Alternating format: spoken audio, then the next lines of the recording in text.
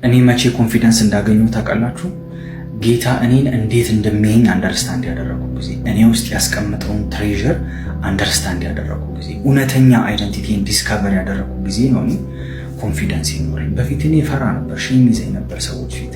ልክ ጌታ በእኔ ላይ ያለውን ዓላማ ሳቅ፣ ማን እንደሆንኩ አንደርስታንድ ሳደርግ ያኔ ነው ኮንፊደንሴ ከፍ ያለው። እና ህይወታችሁ ላይ ፍርሃት ካለ፣ ሰዎች ፊት ኮንፊደንስ ከሌላችሁ፣ ሰዎች ስለእናንተ የሚናገሩት የሚያስቡት ነገር በጣም የሚያስጨንቃችሁ ከሆነ አሁን እንዴት አድርጌ ነው ኮንፊደንስን ቢውልድ አፕ ማድረግ የምችለው የሚል ቪዲዮ አይደለም ማየት ያለባችሁ።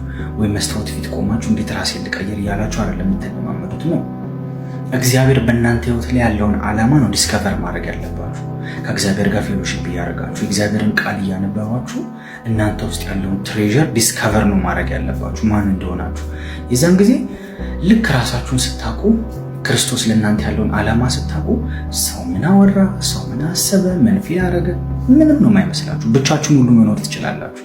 ይሄ ማለት ከሰዎች ምክር አትቀበሉ ማለት አይደለም። ከላይ ሆኖ እናንተን የሚቆጣችሁ የሚመክራችሁ ሰው አይኖር ማለት አይደለም። እሱ ትዕቢት ነው።